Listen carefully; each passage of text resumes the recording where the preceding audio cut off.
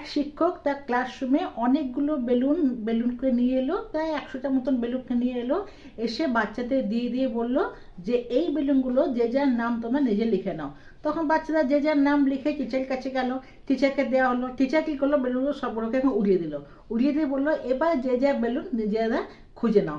এবার যখন বাচ্চারা সব 1 মিনিটের মধ্যে সব টাইম দিল, 1 মিনিট, 1 মিনিটের মধ্যে সব যে যার বেলুনকে খুঁজতে লাগলো।